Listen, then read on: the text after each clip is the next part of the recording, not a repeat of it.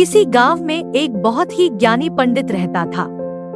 एक दिन वह अपने बचपन के दोस्त से मिलने के लिए दूसरे गांव में जा रहा था।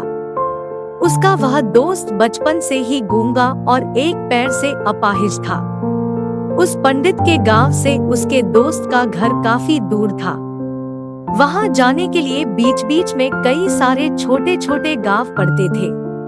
पंडित रास्ते में अपनी धुन में चला जा रहा था। चलते चलते उसकी मुलाकात एक व्यक्ति से होती है।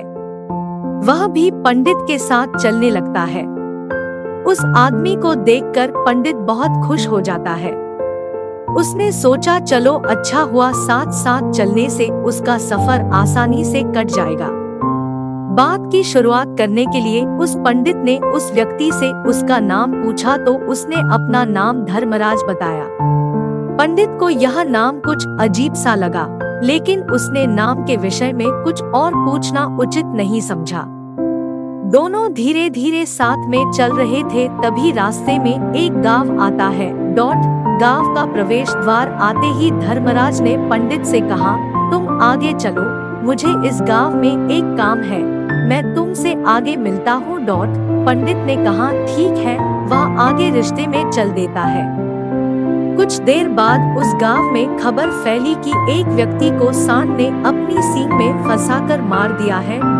जैसे ही सांड ने उस व्यक्ति को मारा, ठीक कुछ ही देर में धर्मराज पंडित के पास आ गया। फिर दोनों चलना शुरू कर देते हैं और चलते चलते एक दूसरे गांव के द्वार पर पहुंच जाते हैं। उस गांव के बाहर एक बड़ा और विशाल मंदिर बना हुआ था। वहां पर आराम करने की सुविधा काफी बढ़िया लग रही थी। पंडित के दोस्त का घर अभी वहां से बहुत दूर था और रात भी होने वाली थी। तो पंडित ने धर्मराज से कहा रात होने वाली है। पूरे दिन चलते चलते थक भी चुके हैं और भूख भी लग रही है, तो यहाँ पर भोजन करके यहीं पर हम विश्राम कर लेते हैं, फिर सुबह के समय आराम से आगे की यात्रा जारी करेंगे। धर्मराज ने कहा ठीक है, मुझे इस गांव में किसी को कुछ जरूरी सामान देने जाना है, तुम भोजन करके आराम करो, मैं बाद में आकर भोजन कर लूंगा। इतना कहकर वह वहां से चला जाता है। लेकिन उसके जाते ही कुछ ही देर बाद धुआं उठता हुआ दिखाई देता है और देखते ही देखते पूरे गांव में आग लग जाती है। पंडित ने हैरानी से सोचा कि यह धर्मराज जहां भी जाता है वहां कोई ना कोई अनहोनी जरूर हो जाती है, कुछ तो गड़बड़ है इस व्यक्ति में। लेकिन पंडित ने रात्रि में धर्मराज से कुछ भी पूछना उचित नहीं समझा। सुबह होते ही दोनों फिर से अपनी यात्रा शुरू कर देते हैं। कुछ देर चलने के बाद रास्ते में फिर से एक गांव आता है। धर्मराज ने फिर पंडित से कहा, आप आगे चलिए, मुझे इस गांव में अपने मित्र से मिलने जाना है, मैं अपने दोस्त से मिलने के बाद आगे रास्ते में मिलूंगा। यह कहकर धर्मराज वहां से चला गया।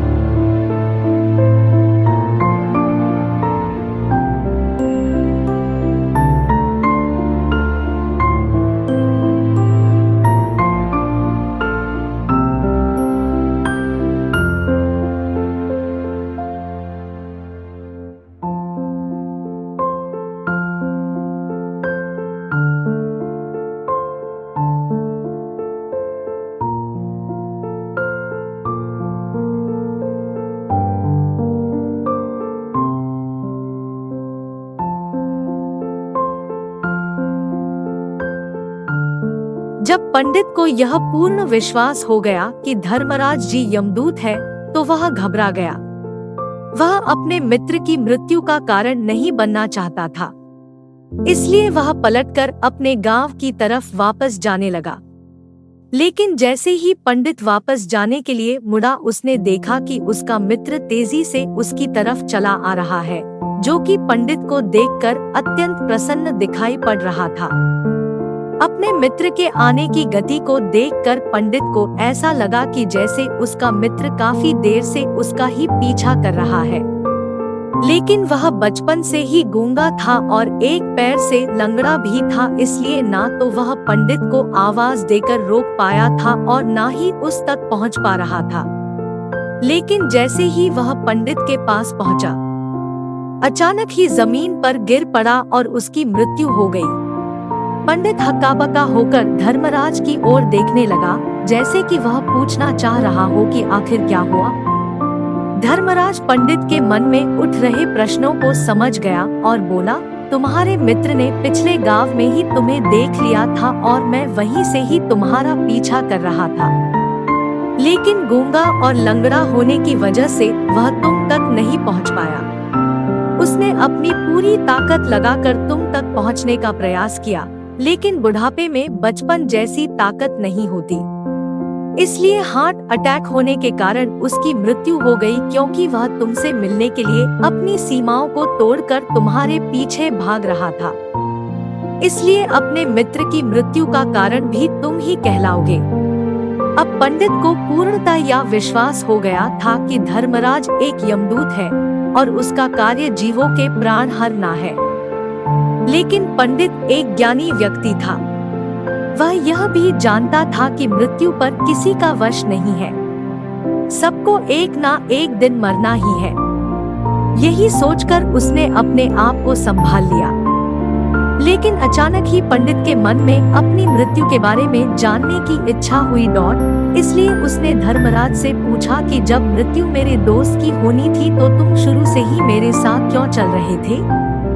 यह प्रश्न सुनकर धर्मराज जोर से हंसा और बोला, मैं तो हर पल हर क्षण सभी के साथ चलता हूँ, किंतु लोग पहचान नहीं पाते, क्योंकि लोगों के पास अपनी समस्याओं के अलावा किसी और व्यक्ति, वस्तु या घटना के बारे में सोचने, समझने या उसे देखने का समय ही नहीं होता। पंडित ने कहा, तो क्या तुम ये बता सकते हो कि मेरी मृत्यु कब, कहाँ और कैसे होगी?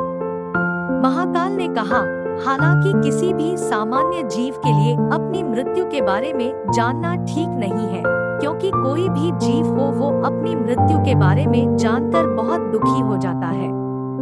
हालांकि तुम ज्ञानी व्यक्ति मालूम पड़ते हो और तुमने जिस तरीके से अपने मित्र की मृत्यु को सहन कर लिया है, उसे देखकर लगता है कि तुम अपनी मृत्यु के बारे में जानकर भी दुखी नहीं होंगे। तो तुम्हारी मृत्यु आज से ठीक 6 महीने बाद आज ही के दिन किसी दूसरे राज्य में फांसी लगने से होगी, और सबसे हैरानी की बात तो ये होगी कि तुम स्वयं ही खुशी से उस फांसी को स्वीकार कर लोगे। इतना कहकर धर्मराज वहां से चला गया, क्योंकि अब धर्मराज के पास पंडित के साथ चलते रहने का कोई कारण न था। इसके बाद पंडित ने अपने मित्र के शरीर का अंतिम संस्कार किया और यथाशक्ति उसके क्रियाकर्म करके अपने गांव वापस आ गया। लेकिन कोई व्यक्ति कितना भी ज्ञानी क्यों ना हो, अपनी मृत्यु के बारे में जानकर दुखी तो होता ही है, और मृत्यु से बचने का कोई ना कोई उपाय भी खोजता है। तो पंडित ने भी वही किया, क्योंकि पंडित विद्वान था, इसलिए उसकी पहचान उस राज्य के राजा तक थी। पंडित ने सोचा कि राजा के पास तो कई सारे ज्ञानी मंत्री हैं, वो मेरी मृत्यु से संबंधित समस्या का कोई न कोई समाधान निकाल ही लेंगे। पंडित यही सब सोचता हुआ राज दरबार में पहुंच जाता है और राजा से सारी घटना के बारे में बताता है। राजा ने अपने मंत्रियों को सारी समस्या बताई और उनसे सलाह मांगी। अंत में सभी ने विचार विमर्श करके कहा, अगर पंडित की बात सही है तो उसकी मृत्यु भी 6 महीने बाद ही होगी, लेकिन मृत्यु तो तब होगी जब वह किसी दूसरे राज्य में जाएगा। यदि वह किसी दूसरे राज्य में जाए ही ना तो मृत्यु ही नहीं होगी। मंत्रियों की यह सलाह राजा को भी सही लगी, इसके बाद पंडित के रहने की सारी व्यवस्था महल में ही कर दी गई और राजा के आदेश के बिना उस पंडित से किसी को भी नहीं मिलने दिया जाता था। लेकिन पंडित कहीं भी आ जा सकता था ताकि पंडित को ये ना लगे कि वो राजा की कैद में है, परंतु पंडित डर के मारे स्वयं ही कहीं आता जाता नहीं था। धीरे धीरे महीने गुजरे गए और पंडित की मृत्यु का समय नजदीक आने लगा और अंततः वह भी दिन आ गया जिस दिन पंडित की मृत्यु होनी थी। तो जिस दिन पंडित की मृत्यु होनी थी उसकी एक रात पहले पंडित डर के मारे जल्दी ही सो गया ताकि जल्दी से वह रात बीत जाए और अगला दिन आ जाए ताकि मृत्यु टल सके।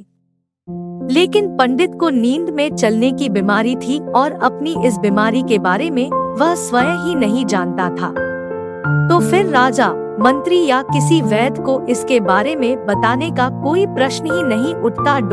पंडित अपनी मृत्यु को लेकर बहुत चिंतित था। वह पिछले कई दिनों से ठीक है सो भी नहीं पा रहा था और नींद में चलने की बीमारी भी तभी होती है जब व्यक्ति ठीक से सो नहीं पा रहा हो। तो उस रात भी पंडित को नींद में चलने का दौरा पड़ा। वह उठा और महल से निकलकर अस्तबल में गया क्योंकि पंडित राजा का खास मेहमान था, इसलिए किसी भी पहरेदार ने उसे नहीं रोका और ना ही किसी तरह की कोई पूछताछ की। अस्तबल में पहुंचकर वह सबसे तेज चलने वाले घोड़े की पीठ पर सवार होकर नींद में ही अपने राज्य की सीमा से बाहर दूसरे पड़ोसी राज्य में चला गया। इतना ही नहीं, वह दूसरे राज्य के राजा के महल में पहुंच गया। उस महल के पहरेदारों ने भी उसे नहीं रोका और ना ही कोई पूछताछ की। सभी लोग रात्रि का अंतिम प्रहार होने के कारण गहरी नींद में थे। वह पंडित सीधे राजा के सैन्य कक्ष में पहुंचा जहां राजा और रानी सो रहे थे। वह पंडित वहीं जाकर सो गया। सुबह हुई तो राजा ने पंडित को रानी के बगल में सोया हुआ देखा तो है बहुत क्रोधित हो गया। राजा ने पंडित को कैद करने का आदेश दे दिया। पंडित गिरफ्तार हो गया, लेकिन पंडित तो भौचक्का था। उसे तो कुछ समझ नहीं आ रहा था कि आखिर वह दूसरे राज्य में और राजा के सैन्य में कैसे पहुंचा। लेकिन वहां उसकी ये सब सुनने वाला कोई नहीं था। राजा ने पंडित को दरबार में पेश करने का आदेश दिया। कुछ देर बाद उस पंडित को दरबार में लाया गया। पंडित को देखते ही राजा इतना आग बबूला हो गया कि उसे फांसी पर चढ़ा देने का हुक्म सुना दिया। फांसी की सजा सुनकर पंडित कांप गया, लेकिन फिर भी थोड़ी सी हिम्मत जुटाकर राजा से बोला, महाराज, मैं नहीं जानता कि मैं राजमहल तक कैसे पहुंचा। मैं यह भी नहीं जानता हूँ कि आपके सैन्य कक्ष तक मैं कैसे आया और आपके महल के किसी पहरेदार या सैनिक ने मुझे रोका क्यों नहीं। लेकिन मैं इतना जरूर जानता हूँ कि आज मेरी मृत्यु होनी थी और वो होनी भी जा रही है। राजा को यह बात थोड़ी अजीब लगी। उसने पंडित से पूछा, तुम्हें कैसे पता कि आज तुम्हारी मृत्यु होनी है। राजा के इस प्रश्न के जवाब में पंडित ने पिछले 6 महीने का सारा वाकया राजा को सुना दिया और बोला, महाराज, मेरा क्या किसी भी सामान्य व्यक्ति में इतना साहस नहीं कि वह राजा के सैन्य कक्ष में राजा की उपस्थिति में रानी के साथ सो जाए। राजा को पंडित की बात में थोड़ा तर्क दिखाई पड़ा, परंतु उसने सोचा कि यह मृत्यु से बचने के लिए धर्मराज और उसके द्वारा अपनी मृत्यु की भविष्यवाणी की कहानी बना रहा है। इसलिए राजा ने पंडित से कहा, यदि तुम्हारी बात सत्य है और आज ये तुम्हारी मृत्यु का दिन है, जैसा कि यमदूत धर्मराज ने तुमसे कहा था, तो आज तुम्हारी मृत्यु का कारण मैं नहीं बनूंगा। लेकिन यदि तुम्हारी बात झूठी निकली तो निश्चित ही आज तुम्हारी मृत्यु का दिन होगा, क्योंकि जिस राज्य से पंडित आया था उस राज्य का राजा इस राजा का मित्र था। इसलिए इस राजा ने तुरंत अपने कुछ सैनिकों को पड़ोसी राजा के पास भेजकर पंडित की बात की सत्यता का प्रमाण मांगा। भेजे गए सैनिक शाम तक लौटे और उन्होंने राजा को बताया कि महाराज, पंडित जो कुछ भी कह रहा है वो सब सत्य है। पड़ोसी राज्य के राजा ने पिछले 6 महीने से पंडित के रहने की सारी व्यवस्था अपने ही महल में कर रखी थी। पंडित राजा का खास मेहमान था। कल शाम राजा आखिरी बार पंडित से उसके कक्ष में मिले थे और उसके बाद यह इस राज्य में कैसे पहुंच गया, इसकी जानकारी किसी को भी नहीं है। इसलिए उस राज्य के राजा के अनुसार पंडित को फांसी की सजा देना ठीक नहीं है। लेकिन राजा के सामने एक नई समस्या थी, क्योंकि उसने बिना पूरी बात जाने ही पंडित को फांसी की सजा सुना दी थी। इसलिए अगर पंडित को फांसी नहीं दी जाती तो राजा के वचन का अपमान हो जाएगा, लेकिन अगर राजा की बात का मान रखा जाए तो बेवजह ही एक निर्दोष व्यक्ति की मौत हो जाएगी। राजा ने अपने सभी मंत्रियों से इस बारे में सुझाव मांगा तो मंत्रियों ने राजा को सुझाव दिया कि महाराज, पंडित को एक कच्चे सूत के धागे से फांसी लगवा दी जाए। इससे आपके कथन का भी मान रह जाएगा और कच्चे सूत के धागे से पंडित को फांसी भी नहीं लगेगी और उसके प्राण भी बच जाएंगे। राजा को मंत्रियों का यह सुझाव पसंद आया और उसने ऐसा ही करने का आदेश दे दिया। पंडित के लिए कच्चे सूत के धागे से फांसी का फंदा बनाया गया और नियम के अनुसार पंडित को फांसी पर चढ़ाया जाने लगा। सभी लोग बहुत खुश थे कि ना तो पंडित मरेगा और ना ही राजा का वचन खाली जाएगा।